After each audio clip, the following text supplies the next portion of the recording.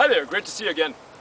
Serving, one of the most important parts of the game of tennis as far as I'm concerned. Whether you're playing singles or doubles, it's the one stroke that you actually have control of, and you can actually put the ball in play where you want it, how you want it, and nobody else can do anything about it until you actually hit the ball.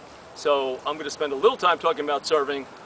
I find that serving, if you can stay loose and hit the ball with freedom and ease, you will generate as much pace as you possibly can. To me, being able to generate pace, place it where I want on a consistent basis, be able to spin the ball, okay, especially for second serves, where I want the ball in play and I want to still put pressure on my opponent, are very, very important. So the first thing that I do when I'm warming up is I just take a ball and I bounce it, but I slice it to the side so that I'm actually getting a feel of my strings on the ball, and my wrist is actually getting really loose also. So all I'm doing is loosening up. But when I hit the ball, I don't start serving. I take the ball and I just hit it so that I can get freedom to swing freely and let my racket fly and let the ball go as a result of. And I don't really care where the ball's going to go. The only thing I'm really trying to do is I'm trying to get my body accustomed to generating pace, generating the speed, the racket speed that comes with the freedom of everything that I'm moving in my arm, holding onto the racket. And by holding onto the racket as loose as I possibly can, it is going to allow me to get that whip effect that I want. So the whip effect is kind of like this. And I'm just letting it go. Now when I hit the fence on a fly. So just by letting it be free and letting it loose, I'm able to get a lot of pace and certainly a lot of distance on my ball. Now what I'm going to do is I'm just going to go and I'm going to practice my serve. What I really want to work on is I really want to work on being free and loose. If I can be free and loose, then I can work on my direction. Then I can work on locating exactly where I want the ball to go. But if I'm going to be free and loose and I can hit a pretty good solid shot off my serve, I'm going to be able to put enough pressure on my opponent where even if I hit it where they're expecting, they're still going to have to battle with that ball because it's not going to be an easy ball to play. Let's try it.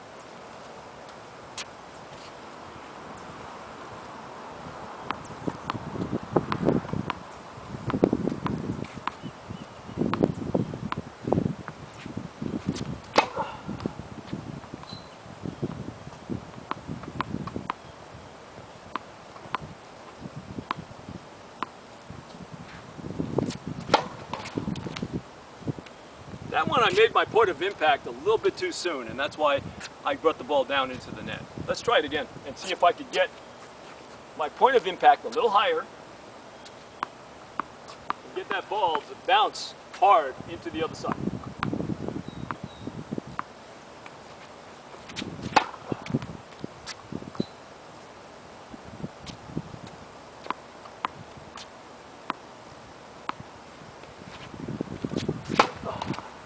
Once again, I was a little bit too soon, and the one I hit before that, I hit but I didn't pronate it well, and that's why my ball didn't take off the way I wanted it to.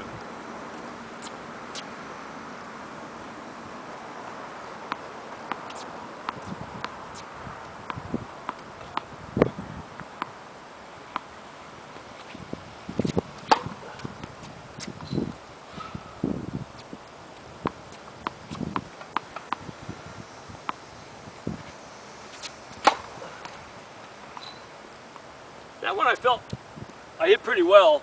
I also kind of liked the way my body felt on the follow-through. Follow-through is really important because the follow-through tells me that all my mechanics were moving in the right direction and allowed me to generate the kind of pace and direction and balance that I'm looking for every time I serve.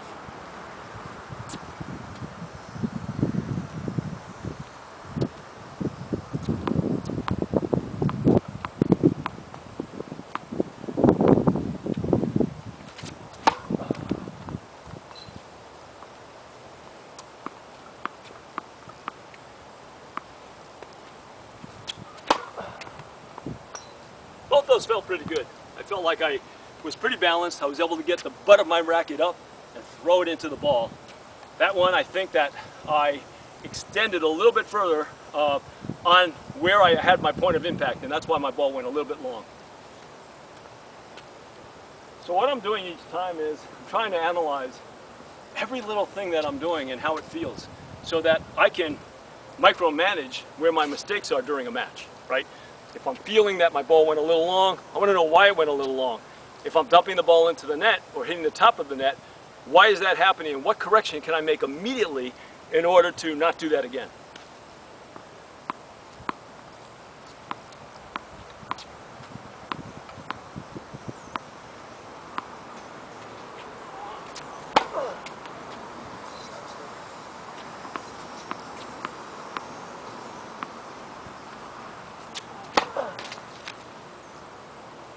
I felt like I threw him with the butt of my racket up that time, but I felt like I came down a little too soon. I didn't catch the apex of my toss.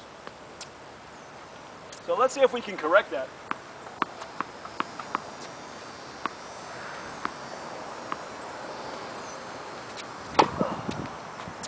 Like that. That one I made the correction by making sure that I went up to reach and get the ball and make sure I pronate at the right time at the point of impact on my serve.